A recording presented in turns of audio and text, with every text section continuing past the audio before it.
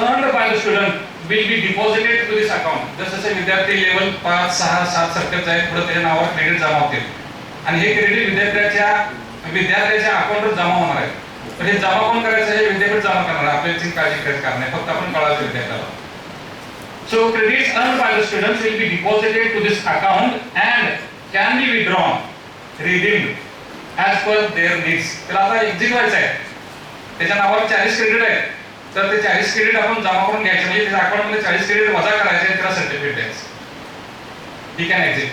पण त्याला त्याच्या आधी विद्यार्थ्याला लेटर लिहावं लागतं की मला या सेक्शनमधून एक्झिट व्हायचं आहे, तर ते प्रोसेस विद्यार्थ्यांना सुरुवात करायची असते. He has to apply for the university if he wants to exit. It facilitates students' mobility under multiple entry, multiple exit options.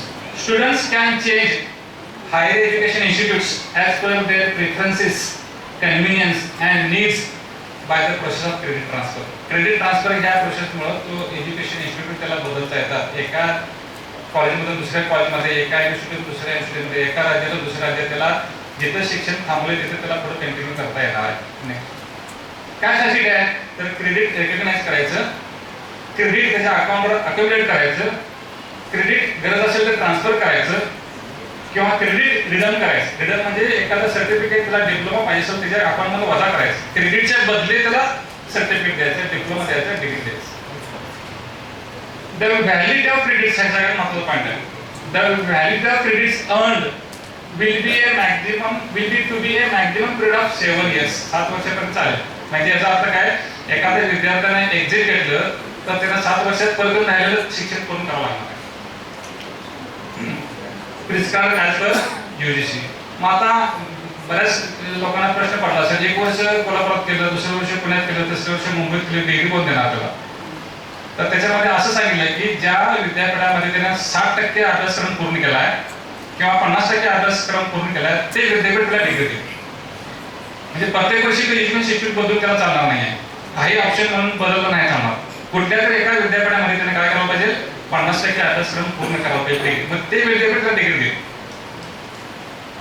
The value of सांगितलं, the procedure for depositing credits on it's shelf life redemption of credits would be as per UGC and ABC guidelines.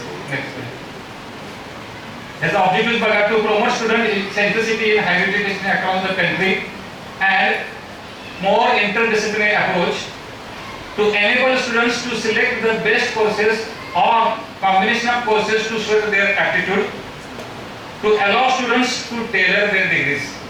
हे सगळ्यात महत्त्वाचे, विद्यार्थी स्वतःची degree design करू शकणार आहे, त्याला जे पाहिजे ते विषय घेण्याची संधी त्यामध्ये आहे. To provide mobility to students across various disciplines and higher education institutes across the country, to facilitate lifelong learning amongst all, that is formal and informal students from both full-time and part-time modes. हा थोडक्यात भरपूर सांगतो, नंतर detail hands on courses सांगणार आहे. Demo आपल्याला प्रत्येकांना आपल्याला ABC अकाउंट ओपन करायचं आहे, 5-10 मिनिटाचं काम आहे. काय आहे, पहिल्यांदा रजिस्ट्रेशन करायचं आहे डिजी लॉकरमध्ये, नंतर लॉग इन व्हायचं. Student can log in with an OTP, प्रत्येक वेळी OTP असणार आहे, त्यामुळे हे पुन्हा दुसऱ्याने अकाउंट ओपन केलं त्यात छेडछाड केली असं काही संबंध नाही, खूप सिक्युअर आणि सेफ आहे. तुमचं रजिस्टर मोबाईलवर थ्रू त्या रजिस्टर व्हायचं आहे विद्यार्थ्यांना थोडक्यात, आणि ज्या ज्या वेळी त्याला ते ऍक्सेस करायचं त्या प्रत्येक वेळी OTP त्या विद्यार्थ्याला. The student can log in with an OTP from his registered mobile number. Student can access ABC dashboard. Dashboard दिसेल त्याच्या नावावर किती क्रेडिट जमा आहेत, त्याला डिग्री घ्यायची आहे, सर्टिफिकेट घ्यायचं आहे, घेता येते की नाही येत आहे, किती क्रेडिट त्यात माझं डिग्री घेतल्याने सिलेक्ट राहणार आहे, हे सगळं त्याला बघता येईल. Credits map to ABC ID are displayed on the dashboard. नंतर ट्रान्सफर इनिशिएशन काय, student can select credits of his choice, कुठले कुठले क्रेडिट पाहिजे एकत्र करायचं. Initiates transfer by selecting the beneficiary institute, कुठल्या इन्स्टिट्यूटला ट्रान्सफर व्हायचे ते इन्स्टिट्यूट सिलेक्ट करायची आणि तिथं रिक्वेस्ट द्यायची, पाठवायची. मग काय आहे, provides additional details necessary for ट्रान्सफरसाठी लागणारे सगळे डिटेल्स सुद्धा ऑनलाईन सर्टिफिकेट करायचं आणि रिक्वेस्ट पाठवायची ट्रान्सफरला. समजा कोल्हापूरचा विद्यार्थी आता दिल्ली युनिव्हर्सिटीत जायचा आहे, ते दिल्ली युनिव्हर्सिटीला ते क्लिक करायचं, तिथं जाणार सगळे ट्रान्सफर रिक्वेस्ट पाठवायची, लागणारे डिटेल्स द्यायचे. मग ते काय करणार, क्रेडिट ट्रान्सफर प्रोसेस चालू होईल. कशी होईल, academic institution AI checks the eligibility of transfer request based on UGC guidelines. जे UGC ने गाईडलाईन दिलेत ना ते रिक्वेस्ट चेक करेल ते higher education institute. The academic institution approves or reject, त्याला अधिकार आहे, तो तुम्हाला ट्रान्सफर ऍक्सेप्ट भी करेल, ट्रान्सफर रिजेक्ट भी करेल. So academic institutes either approves or rejects the credit transfer request partially or fully based on course structure. मग आपल्याकडचे कोर्स स्ट्रक्चर तिथे नसतील तर ते ठरवणार त्याला ट्रान्सफर देता येते का नाही देता येत. दिलं तरी कारण द्यावं लागणार आहे, रिजेक्ट केलं तरी कारण द्यावं लागणार आहे. Why the institute is rejecting the candidate transfer. So provides reason for approval oblique rejection in the remark column. Remark column मध्ये त्या इन्स्टिट्यूटला द्यावं लागणार आहे कारण आम्ही का अप्रूव्ह करवलोय किंवा का रिजेक्ट करतोय.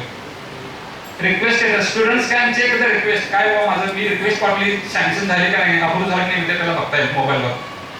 Gates notified by the credit transfer, transfer झाले की नाही त्याला मेसेज येईल. All credits trails are maintained and reflected in the students account. काही शिल्लक असलेले क्रेडिट्स अकाउंटवर शिल्लक राहतील. तर अशा प्रकारे एबीसी प्लॅटफॉर्म चालणार आहे. मला जेवढं नॅशनल एज्युकेशन पॉलिसी संदर्भात माहिती होतं ते त्यांच्यावर मांडण्याचा प्रयत्न केला. शेवटी ही पॉलिसी मेकिंग डिसिजन्स आहेत, ही कितपत सक्सेसफुल येणारा काळ ठरवेल किंवा शासन ठरवेल किती प्रमाणामध्ये ते इम्प्लिमेंट करणार, त्याच्यानुसार ते चेंज करणार आहे. तर देखील आपण सर्वजण ही काय पॉलिसी आहे, काय डिसिजन एकत्र समजण्यासाठी जमलेलो आहोत. तर आपण सर्वांनी शांतपणे माझं सेशन ऐकलं त्याबद्दल धन्यवाद. काही क्युरी असतील तर नंतर आपण सगळे सेशन संपल्यानंतर आपण डिस्कशन करू. थँक्यू.